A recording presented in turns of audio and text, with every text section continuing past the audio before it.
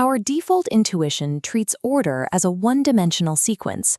Think of a timeline, a leaderboard, or a sorted array.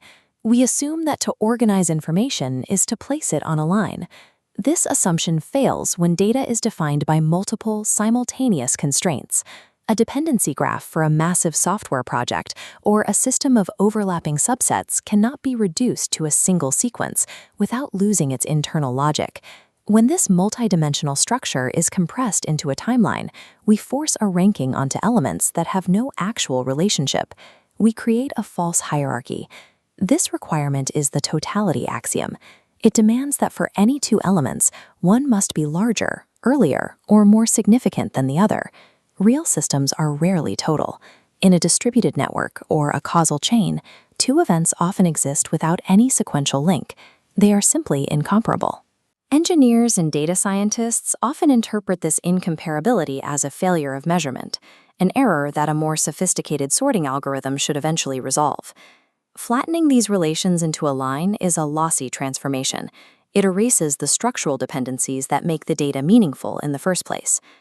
Partially ordered sets, or Posets, provide the mathematical alternative, governed by three axioms: reflexivity, where elements relate to themselves; anti-symmetry, preventing mutual superiority; and transitivity, ensuring logical consistency. By omitting the totality axiom, the Poset allows structural incomparability to exist within a rigorous framework. Consider positive integers ordered by divisibility. While 2 is less than 4 because it divides 4, the numbers 2 and 3 are incomparable. Neither precedes the other in this specific relation. A total order imposes a comparison by default. A Poset acknowledges only the comparisons earned by the underlying logic of the system. In this framework, the absence of a relationship represents a precise state of independence or concurrency. We can analyze the internal architecture of any Poset by breaking it into two primitive components. The first is a chain. This is a vertical slice of the Poset, where every element is comparable to the next. It is a local island of linearity. The second is an anti-chain. This is a horizontal layer where no two elements can be compared. It represents a state of total mutual independence. These two structures allow us to quantify exactly how nonlinear a system is. Dilworth's theorem establishes a formal equivalence between these two measures. To find the width of a Poset, we identify the largest possible antichain, the maximum number of elements that can exist without any relative order. We then determine the minimum number of linear chains required to cover every element in the set. Dilworth proved that the minimum number of linear threads needed to cover the entire structure is exactly equal to the width of its largest antichain. Mirsky's dual theorem provides the inverse. The height of the longest vertical chain dictates the minimum number of antichain layers required to partition the set.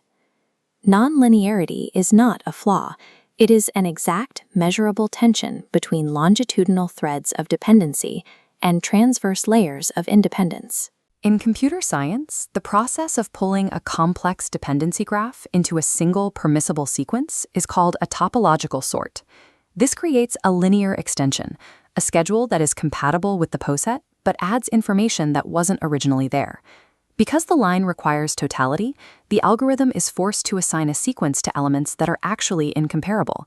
Mistaking this arbitrary execution schedule for the underlying causal structure is a category error. One is a choice, the other is a constraint. Dushnik-Miller dimension theory measures this gap.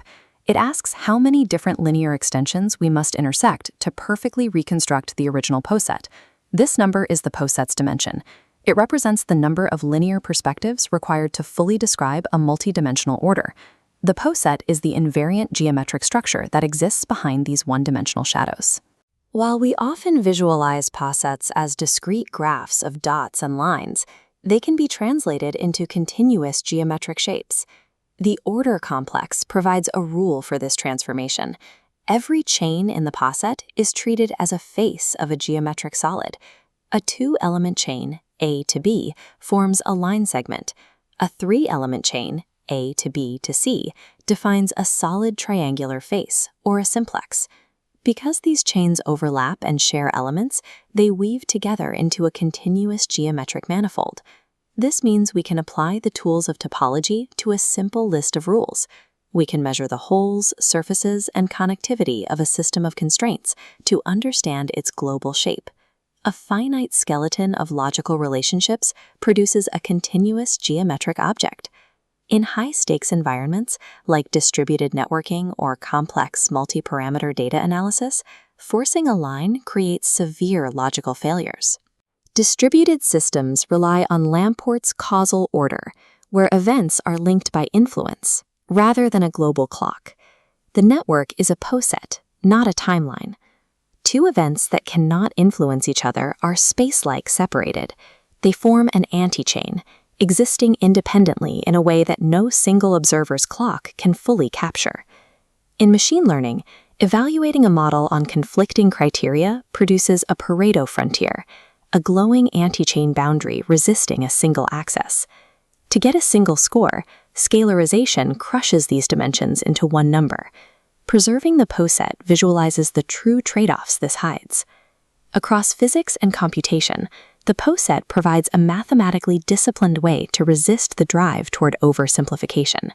A total order is a special, simplified case of a poset, one where incomparability has been systematically eliminated. Timelines and sorted lists are useful tools for coordination and consensus, but they do not reflect the fundamental structure of complex information. The line is always a reduction, a specific projection, or a lossy compression of a much deeper field of constraints. When order is no longer bound to a line, incomparability functions as structural information rather than a missing measurement. The goal is not to erase these gaps through forced sorting, but to understand the profound geometry they define.